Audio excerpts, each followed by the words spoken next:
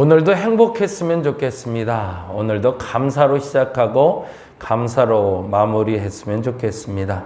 그러한 삶을 위해서 내 중심이 흔들리지 말게 하여 주시고, 나를 흔드는 어떤 상황도, 어떤 환경도, 어떤 불편함도 하나님 앞에서 모두 다 제거되게 하여 주옵시고, 하나님 앞에서 평정심을 유지하는 한 날 되게 하여 주시옵소서. 그 어떤 것도 나를 흔들 수 없다라는 믿음의 선포로 나가는 한 날 되게 하여 주옵시며, 흔들리지 않는 온전한 평정심으로 오늘도 주께서 주시는 참 감사한 한 날을 살아가게 하여 주시옵소서. 판단의 지혜도 허락하여 주시고 만남의 지혜도 허락하여 주시사, 그 어떤 사람을 만나더라도 흔들리지 아니하고 요동치지 아니하는 우리 되게 하여 주옵시며, 그 어떤 상황을 만나보더라도 흔들리지 않고 요동치지 않는 굳건한 믿음 가운데 세워 주시옵소서. 오늘도 감사드립니다. 고마우신 예수님 이름으로 기도드렸습니다. 아멘, 아멘. 에스겔 24장 말씀 오늘 같이 볼까요? 24장 24절에서 27절입니다. 에스겔 24장 24절에서 27절까지 같이 한 목소리로 천천히 읽을까요? 24절에서 27절까지 같이 한 목소리 읽겠습니다. 이같이 에스겔이 너희에게 표징이 되리니 그가 행한 대로 너희가 다 행할지라. 이 일이 이루어지면 내가 주 여호와인 줄 너희가 알리라 하라 하셨느니라.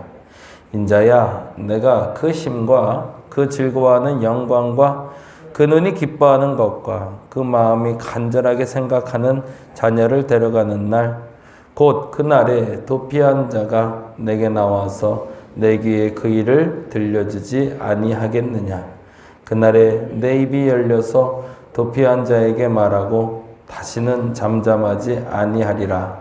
이같이 너는 그들에게 표징이 되고 그들은 내가 여호와인 줄 알리라. 아멘. 22장부터 24장까지 보는 날이고요. 22장에는 이렇게 해놓으시면 좋을 것 같아요. 이스라엘의 별칭은, 모든 것에 별명이 있고 애칭이 있잖아요. 근데 이스라엘에 대해서 이렇게 정의를 하고 있습니다. 22장으로 갈게요. 22장 2절 말씀 같이 한번 봅니다. 22장 2절에 이런 표현이 나오네요. 같이 읽어볼까요? 인자야, 내가 심판하려느냐? 이 피 흘린 성읍. 거기다가 좀 쳐놓죠. 네.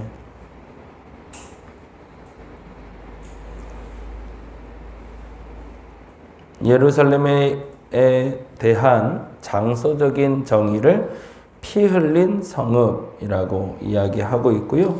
그리고 또 하나 22장에 예루살렘에 사는 이스라엘 백성들에 대해서 이렇게 표현을 하고 계십니다. 17절, 18절인데요. 네, 같이 한번 읽어보겠습니다. 여호와의 말씀이 내게 임하여 이르시되, 인자야, 이스라엘 족속이 내게 찌꺼기가 되었나니. 거기다 줄을 쳐놓죠. 무슨 찌꺼기일까? 그냥 쓰레기 이런 것 말고요. 이렇게 표현하고 있네요. 곧 풀무불 가운데 있는 노시나 주석이나 쇠나 납이며 은의 찌꺼기로다. 제대로 불순물이 제거되지도 아니했고 제대로 형태를 만들지도 못하고 풀무불 가운데 있으나 버려지는 존재들, 그것이 너희 모습이다 라고 얘기하고 있어요. 이게 제일 안타까운 거죠. 고난은 고난대로 받는데 변하지 않는 사람들, 그게 이스라엘 백성이라는. 고난을 받으면 그 고난을 통해서 연단받고 깨달았고 소망 가운데를 거해야 되는데, 고난은 고난대로, 역경은 역경대로 경험하고 있는데, 그러나 변하지 않는 사람들을 예루살렘 사람들, 이스라엘 사람들로 지칭하고 있고, 지금 말로 말하면 변하지 않는 굳건한 불신을 갖고 있는 그리스도인들 얘기하죠. 하나님을 그 정도 때리면 알아듣고 하나님께로 돌아와야 되는데 그렇게 얻어맞고도 하나님 모르고 하나님 배신하고 하나님 알지 못하는 사람들. 근데 여기서는 조금 더 구체적으로 들어가는 거죠. 그냥 불신자를 얘기하는 것이 아니라 하나님 앞에 두들겨 맞고도 회개하지 않는 사람들. 소위 그리스도인이라 말하면서도 스스로를 바꾸지 못하는 사람들을 얘기하는 거죠. 이게 저는 그렇게 표현을 해요. 천성은 바뀌지 않는다. 또 우리 스스로 인정하자. 화가 많은 사람들은 화를 내고 살잖아요. 늘 원래 평정심이 있는 사람들은 그 평정심을 예수 믿지 않아도 잘 인정하고 그리고 잘 유지를 하죠. 근데 문제는 뭐냐면 화가 많은 사람들에게 그리스도가 다가왔을 때 그 화를 제거되는 건 아니죠. 그게 포장되는 거죠. 좋은 포장지로 잘 포장이 돼서 그 사람을 사용하려고 하는데 하나님 앞에서 그 포장지를 찢어버리는 사람들이 있더라는 거죠. 사실은 그 천성은 변하지 않습니다. 화도 갖고 있지만 그 화를 잘 다듬으셔서 쓸모있게 만들어 가시는 거죠. 하나님은. 그것을 하나님은 풀물분에 연단한다고 표현을 합니다. 너 그렇게 화를 가지고 살아가면 안 돼. 그렇게 자꾸 사람들한테 화내면은 너하고 사람들이 붙어 있겠냐라고 얘기하며 말씀으로 다스려서 그 화를 조금 다스릴 줄 아는 사람 만들어 좀 좋은 사람으로 포장해 주면 그 포장지를 가지고 열심히 살아야 되는데 자기 홧김에 또 포장지 찢어버리고 그렇게 사는 사람들. 그런 사람들에 대한 이야기가 바로 22장에 대한 이야기입니다. 여러분은 어떠신가요? 그 천성대로 살고 계신가요? 보면 보통 예수 믿는 사람들이 천성이 착해요. 신앙 가진 신들을 보면 보통 착해요. 근데 웬만해서는 착한데 유독 몇몇이 좀 독특한 분들이 있죠. 그런데 그 독특한 분들이 예수 만나 변했다고 알았는데 나중에 보면 그 본성이 드러날 때가 있더라는 거죠. 왜 그럴까요? 예수 믿고 변하지 않았기 때문이 아니라 예수 믿고 내 단점을 인정하지 않기 때문에 그런 거죠. 사람이 변하지는 않습니다. 그 단점을 인정하고 예수 안에서 다듬어 갈 뿐인 거죠. 그게 22장의 얘기를 하면 23장은 오홀라와 오홀리라바라고 오홀라라는 이름이 나옵니다. 오홀라와 오홀리바의 비유는 이렇게 해놓으시면 좋을 것 같아요. 오홀라와 오홀리바의 비유는 오홀라의 뜻은 장막, 텐트라는 뜻이고요. 그 오홀리바는 그녀 안에 있는 장막이라는 뜻입니다. 그 의미는 뭐 이스라엘 백성들이 보기에는 그냥 이게 이 뜻이구나 이렇게 알아들을 것 같아요. 보통 우리도 그 단어 안에 뜻이 들어있으니까 그 뜻을 아는 것처럼. 근데 이렇게 말씀을 아예 던지고 계세요. 오홀라와 오홀리바의 비유의 뜻이 뭔지를 이렇게 설명하고 계십니다. 1절, 2절 볼까요? 또 여호와의 말씀이 내게 임하여 이르시되 뭐라고 되어 있어요?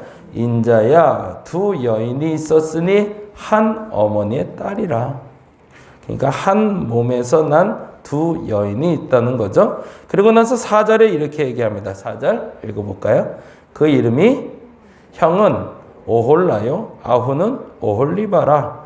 그들이 내게 속하여 자녀를 낳았나니 라고 되어 있죠. 그리고 그 이름으로 말하면 오홀라는 사마리아요 오홀리바는 예루살렘이니라 라고 얘기해요. 그러면 오홀라는 뭐를 상징하고 오홀리바는 뭘 상징하는지 알겠죠? 왜요? 사마리아는 북이스라엘의 수도고 예루살렘은 남유다의 수도니까. 그러면 오홀라는 북이스라엘을 얘기하는 거고 오홀리바는 남유다를 얘기하는 거구나 라고 충분히 이해가 되겠죠. 그리고 나서 그들이 어떤 일을 행했는지를 표현하면서 5절에 이렇게 얘기합니다. 5절 읽어볼까요? 오홀라가 내게 속하였을 때에 거기다 줄 쳐놓죠. 오홀라가 내게 속하였을 때 나는 누굴까요? 하나님이죠. 하나님께 귀속되어 있었던 북이스라엘이 행음했다는 거죠. 하나님 앞에서 죄를 지었다는 표현이죠. 그리고 이렇게 표현합니다. 그가 연애하는 자 곧 그의 이웃 아수르 사람을 사모했대. 무슨 얘기인지 아시겠죠? 아수르로 잡혀갔던 북이스라엘에 대한 이야기입니다. 아수르에 대해서 멸망받았던 북이스라엘 이야기죠. 그러자 9절 이렇게 됩니다. 9절. 그러므로 내가 그를 그의 정든 자 곧 그가 연애하는 아수르 사람에게 넘겼다. 그래서 북이스라엘이 아수르에게 멸망당했다라는 얘기를 하고 있고요. 그리고 나서 11절에 이렇게 표현하십니다. 사실은 이렇게 띄엄띄엄 읽는 이유가 사실은 중간중간에 표현이 굉장히 이런 표현 정말 저는 굉장히 저질적인 표현들이 나와요. 그래서 그런 단어는 좀 뛰어넘습니다. 11절 봅니다. 그 오홀리바가 이것을 보고도 그의 형보다 음욕을 더하여 그의 형의 간음함보다 더 간음이 더 심함으로 그의 형보다 더 부패하였느니라. 그러면은 오홀라와 오홀리바 중에 누가 더 악을 행했다는 거예요? 예, 남유다인 오홀리바가 더 많이 악을 행했다는 거죠. 왜 악을 더 행했다고 얘기했을까요? 더 악한 행동을 했기 때문에? 아니요. 보고도 믿지 않았기 때문입니다. 그래서 불신자보다 신자들이 더 하나님 앞에 심판이 강할 겁니다. 아예 예수를 모르는 사람이 죄 짓는 건 그나마 모르고 한 죄이기 때문에 탕감에 대한 어느 가능성이 조금 더 높죠. 근데 우리는 알잖아요. 말씀도 알고요. 예수도 알고요.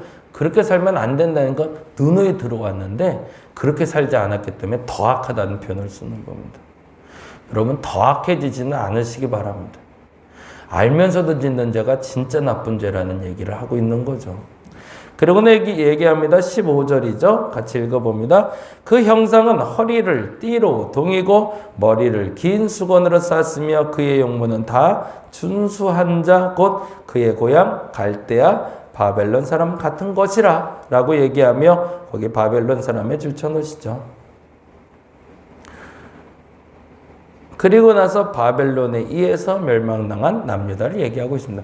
그러니까 사실은 23장은 남유다와 북이스라엘이 어떻게 어떤 나라와 멸망했는지를 표현하면서 지금 여인으로 비유해서 이스라엘 백성들에 전달하고 있는 거죠. 무엇을 잘못하고 있는지를 알라라는 거죠. 근데 더 중요한 건 뭐다? 모르고 지은 죄보다 알고 지은 죄가 많다. 왜요? 에스겔도 예레미야도 계속 얘기하잖아요. 우리는 북이스라엘처럼 멸망하지는 않아야 되지 않겠느냐라고. 우리가 그 멸망을 눈으로 똑똑히 봐놓고도 왜 똑같은 죄를 짓느냐라는 얘기를 들으면서도 그 죄를 돌이키지 아니하니 풀무불의 찌꺼기처럼 버림받을 수 없다.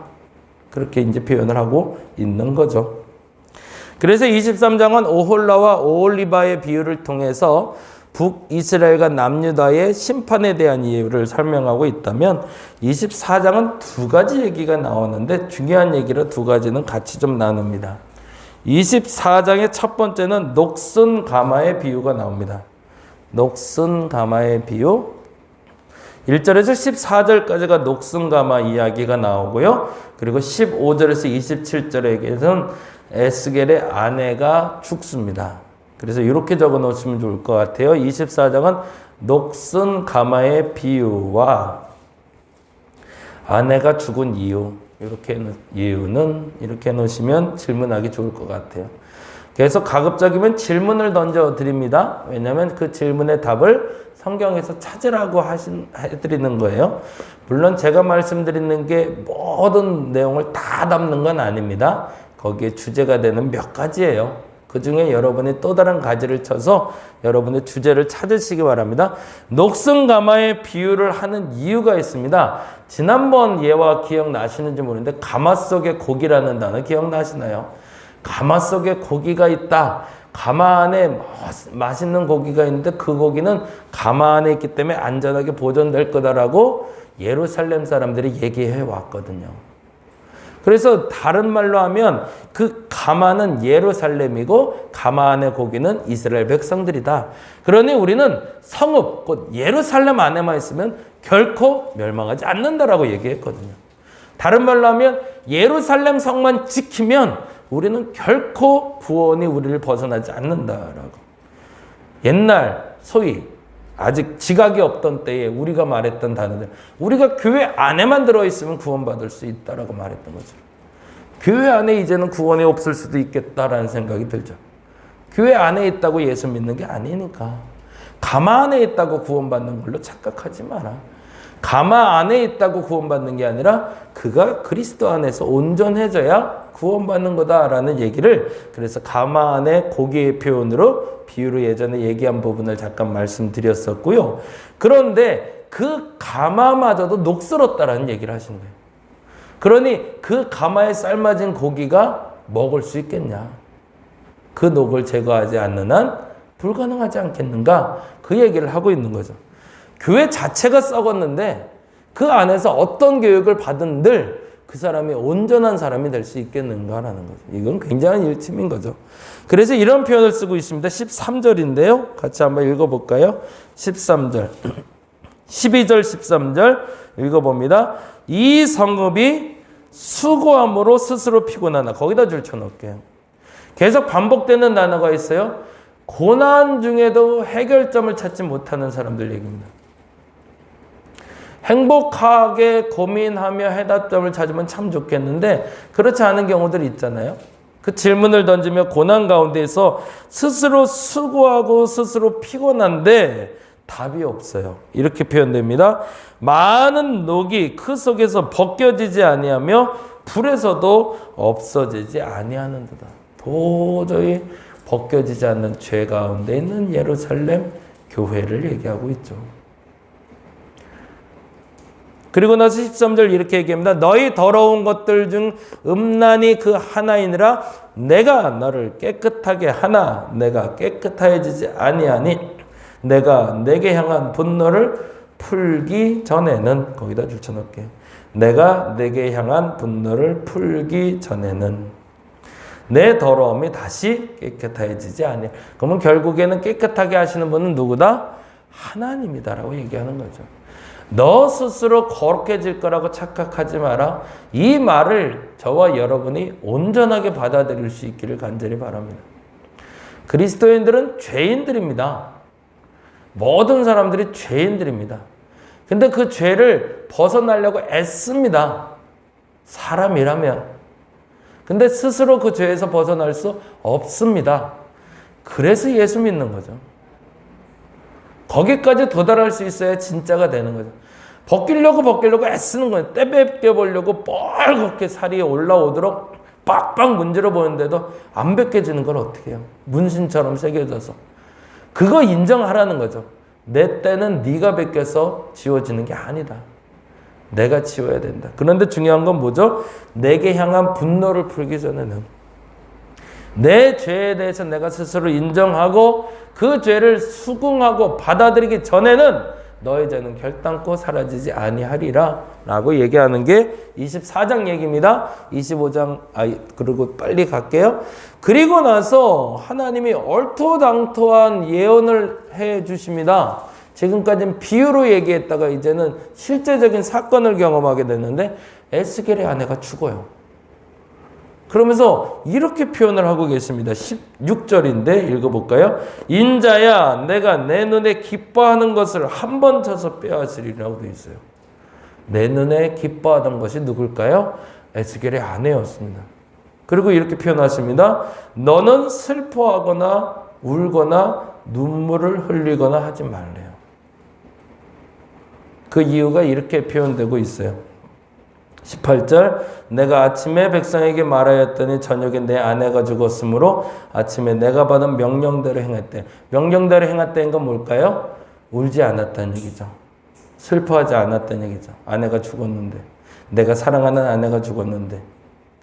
그러자 이렇게 됩니다. 19절에 백성이 내게 이르되 내가 행하는 이 일이 우리와 무슨 상관이 있는지 너는 우리에게 말하지 아니하겠느냐라고. 여기서 힌트 조건이 있어요.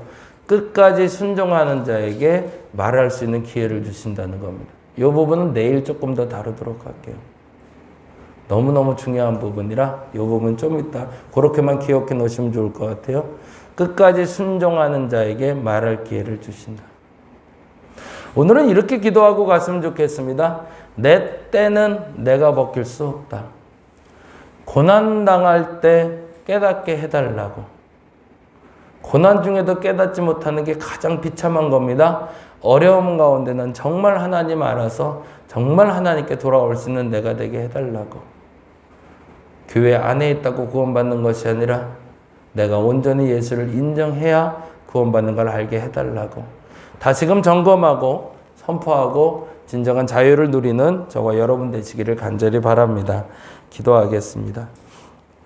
하나님, 모두가 교난을 겪고 있을 때 어떤 이는 깨달아 자유의 영혼이 되고 어떤 이는 그 고난 중에서도 깨닫지 못해 고난과 아픔 가운데 머무는 이가 있습니다. 하나님, 고난을 넘어 자유를 누릴 수 있는 내가 되게 하여 주시옵소서. 감사합니다. 고마우신 예수님 이름으로 기도드렸습니다. 다 같이 기도하고 돌아가겠습니다.